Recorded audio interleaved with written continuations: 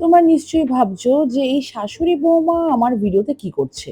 তাহলে বলি, তোমরা অনেকেই জানো যে মৌসুমী আমার খুব ভালো বন্ধু। তাই সেই সুবাদে কাকিমার কেটে যাওয়া কানটা আমি রিপেয়ার করে দিয়েছিলাম। আর সেই ভিডিওতে তোমরা অনেক অনেক ভালোবাসা দিয়েছো। এবার কেটে যাওয়া কান তো সেরে গেছে, ফুটো তো করতে হবে, নতুন কানের দুলও পড়তে হবে।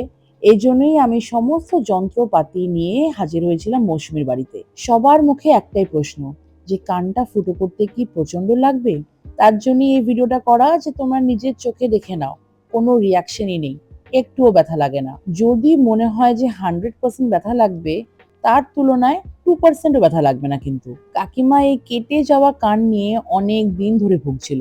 প্রায় 1 বছরের বেশি হতে চলছিল যে কাকিমা কানে কোনো কানেরই পড়তে পারছে না। তাই আমি কথা দিয়েছিলাম যে সামনে যেহেতু মৌদের বাড়িতে কালী পুজো, তার আগে কাকিমাকে কানটা ফুটিয়ে দেবই দেব। তোমরা যারা যারা কেটে যাওয়া কান রিপেয়ার করতে চাও বা কান ফুটো করতে চাও, তোমাদের কিন্তু আমাদের ক্লিনিকে আসতে হবে। আর তার আগে একটা হোয়াটসঅ্যাপে অ্যাপয়েন্টমেন্ট নিতে হবে। আমাদের হোয়াটসঅ্যাপ নাম্বার 6290259407।